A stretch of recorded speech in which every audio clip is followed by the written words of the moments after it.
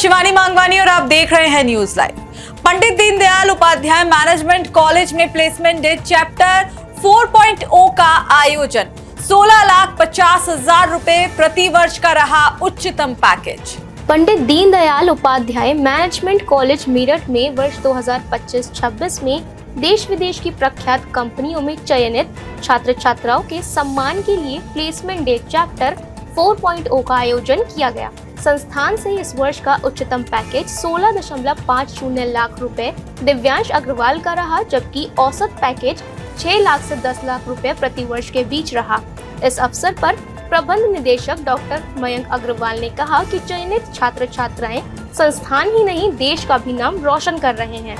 निदेशक डॉक्टर निर्देश वशिष्ठ, विभागाध्यक्ष डॉक्टर रॉबिन्स रस्तोगी ने ट्रॉफी प्रदान कर छात्र छात्राओं को सम्मानित किया। इस आयोजन में placement head Mohit Rawal, digital head Ruby Singh, Ashutosh Bhatnagar, doctor Pradeep Kumar, Vimal Prasad, doctor Gaurav Sharma, Lucky, Ajay Chaudhary, doctor Amit Sharma, Arjun Kishan, Chirag Trehan, Prashant Gupta, Dimpy Gulati, Samarth Singh, Yogendra Arun, Ajay Tripathi, doctor Yogesh Saxena, doctor Rajeev Sharma, doctor Sanjeev Kumar Singh, Rahul Singh, Sanpreet Kaur, doctor Richa Vats, Vidhi Jindal, Shipra Sharma, Rajeev Poswal, Vinod Kumar, Vijender Singh, कमल आदि का विशेष सहयोग रहा।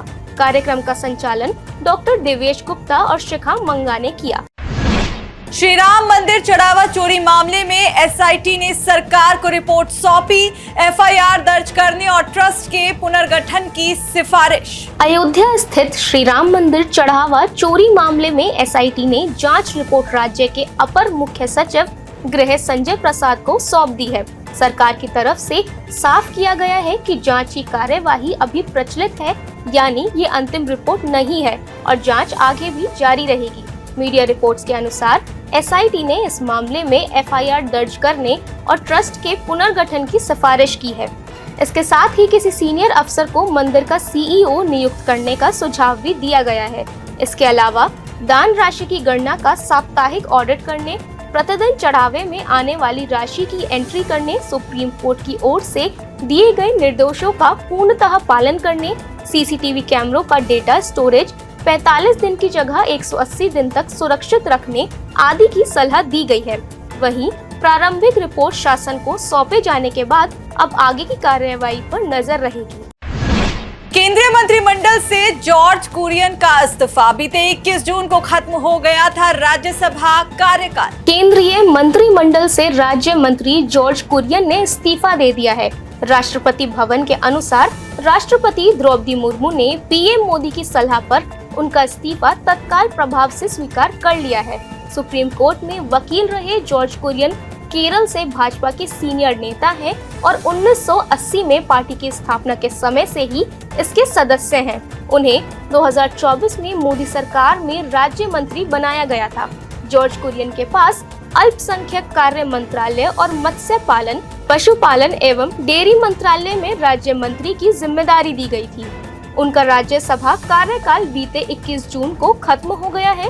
इसके साथ ही वह संसद के किसी भी सदन के सदस्य नहीं रह गए हैं और इसलिए उन्होंने मंत्री पद छोड़ दिया है। कांग्रेस संगठन में बड़े फेरबदल की तैयारी, 4 महासचिवों की होगी छुट्टी, कुछ राज्यों में बदलेंगे प्रभारी। कांग्रेस संगठन में बड़े फेरबदल की तैयारी तेज हो गई है। मीडिया रिपोर्ट्स के अनुसार 4 महासचिव हटाए जा सकते हैं और इन 3 से 4 राज्यों के प्रदेश अध्यक्ष बदले जा सकते हैं। इसके साथ ही 6 से 7 राज्यों में नए प्रभारी बनाए जा सकते हैं और करीब 26 राष्ट्रीय सचिवों की छुट्टी हो सकती है। माना जा रहा है कि हरियाणा प्रभारी बीके हरिप्रसाद, महाराष्ट्र प्रभारी रमेश चेन्नीथला, छत्तीसगढ़ प्रभारी सचिन पायलट, तमिलनाडु प्रभारी गिरीश, राजस्थान प्रभारी सुखजिंदर सिंह रंधावा हटाए जाएंगे। इनमें बीके हरिप्रसाद कर्नाटक कांग्रेस के अध्यक्ष बन गए हैं, जबकि केरल में कांग्रेस सरकार बनने के बाद रमेश चेन्नीथला मंत्री बन गए हैं। ऐसे में उनकी जगह महाराष्ट्र में नया प्रभारी बनाया जाएगा। इसके साथ ही केरल के प्रदेश अध्यक्ष सन्नी जोसेफ भी मंत्री बने हैं और ऐसे में संगठन से उनकी विदाई तय मानी जा रही है। वहीं तमिलनाडु के प्रभारी गिरीश को गोवा का प्रदेश अध्यक्ष बनाया गया है और ऐसे में एआईसीसी से उनकी छुट्टी तय है।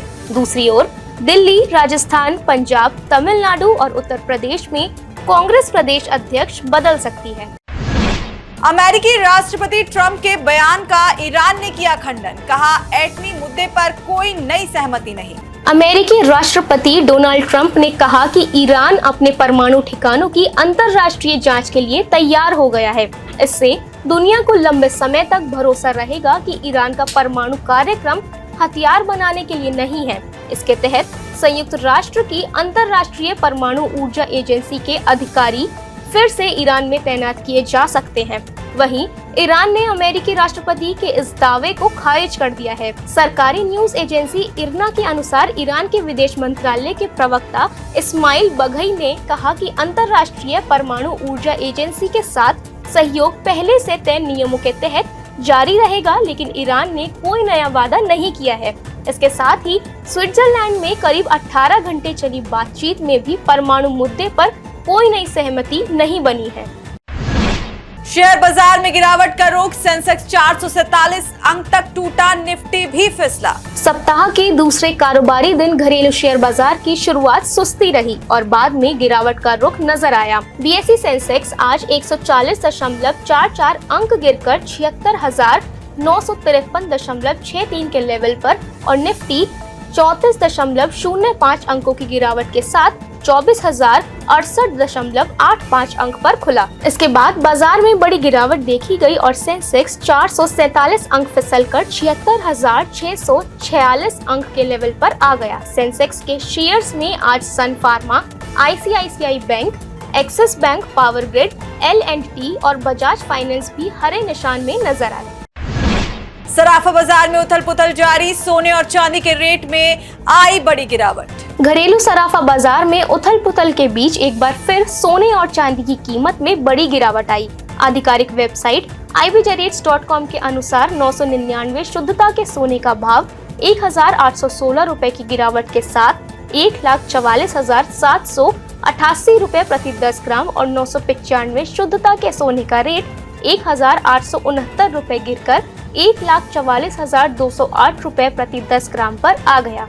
इसके साथ ही 999 शुद्धता की चांदी की कीमत में बड़ी गिरावट दर्ज की गई और भाव 10,564 रुपए गिरकर 2,27,235 रुपए प्रति किलोग्राम रिकॉर्ड किया गया।